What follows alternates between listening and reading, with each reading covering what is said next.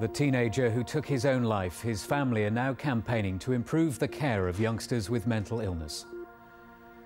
Good evening. Out of their tragedy, the first specialist unit of its kind could be developed in Cornwall. Tonight we'll hear why Ben Coburn's family believe it's vital.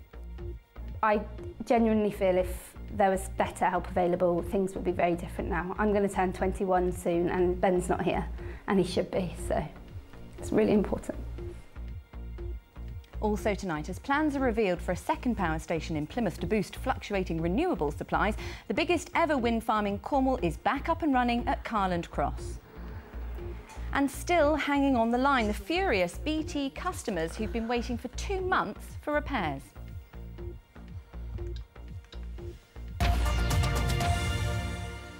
Cornwall could soon have the country's first mental health unit for teenagers and young people. Children have to travel to hospitals as far away as London, and while 18-year-olds are treated locally, it's alongside much older people. A family whose son took his own life in a Cornish psychiatric hospital is campaigning for a specialist unit, and now the local NHS trust is supporting the plan. Our health correspondent Sally Mountjoy has been speaking to his family. He was full of life and the absolute life and soul of a party. He was a bit of a party animal, which probably was his downfall in the end, but he was always partying, the joker, and at school he was always in trouble for being the class clown. Everyone still loved him, even though he was just a monkey, really. Sophia Coburn's twin brother Ben took his own life in 2010 while he was a patient at Longreach House, an adult psychiatric unit in Redruth. He'd just turned 18 and had been ill for only 3 months. His family set up the Invictus Trust to reduce stigma around mental illness and offer support to other youngsters. And they began a campaign for a unit for 13 to 25-year-olds in Cornwall.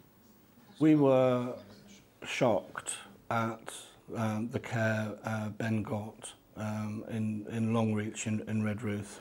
A lot of the people in there who are very ill have been in and out of mental health institutions all their life, and it felt like they were being held and not got better, and it just seemed a totally inappropriate place for a young man to be. Naomi Campbell's 18-year-old son John was recently in Longreach. She thinks it delayed his recovery. A very manic environment, alarms going off all the time, like a very busy like airport feeling, echoing bad acoustics, no real quiet area to go and sit in, absolutely no facilities for playing, say, some form of sport. For under 18s, there's no Cornish hospital. They must travel, sometimes to London or Birmingham. 2 young members of Debbie Mackenzie's family have been treated far from home. They feel totally cut off and desperate, and it can halt their recovery. Cornwall's Mental Health Trust knows things must change to keep children close to home and help teenagers like Ben. It says Longreach will be split into 2 wards and care and activities there will improve. But it's also backing calls for a specialist unit. It's earmarked this site in Redruth and will ask health commissioners for approval next month. It was a tragedy, so what we have to do is make sure we learn from it and we don't ever do the same things again. But what will make a real difference for young people and adolescents in Cornwall is the opportunity to have this unit so that we can really design services that meet needs and not just the ones that are built around artificial age barriers. I genuinely feel if there was better help available, things would be very different now. I'm going to turn 21 soon and Ben's not here, and he should be, so it's really important. Sally Mountjoy, BBC Spotlight, Truro. Well, Ben's dad, Steve, joins me now in the studio. You've been campaigning since Ben died for this adolescent mental health unit. How great is the need in Cornwall for a facility like this?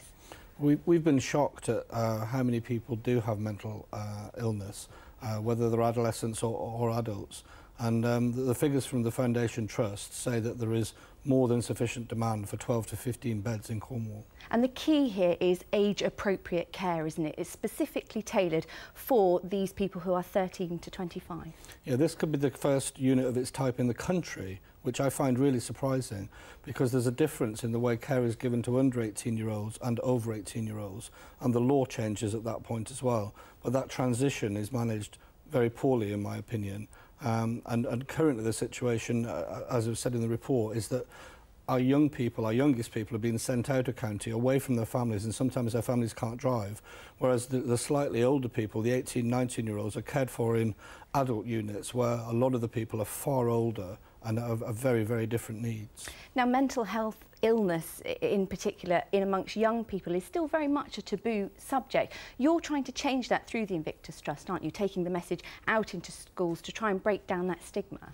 Yeah, we've done a number of things. We've set up a website, invictustrust.co.uk, and on there we've highlighted and signposted to other really good resources that are already in existence. And in addition, we've generated 3 films now, one on depression, one on anxiety, and one on self-harm in young people. And these are all people who volunteered to us to take part. And you just wouldn't expect so many young people to have these issues. But as 1 in 4 people do have a mental health issue at some point in their lives, then, you know, given that there are 40 to 50,000 teenagers in Cornwall, that's an awful lot of people who have got issues. Steve, thank you very much for coming in and talking to us about this evening. Thank you.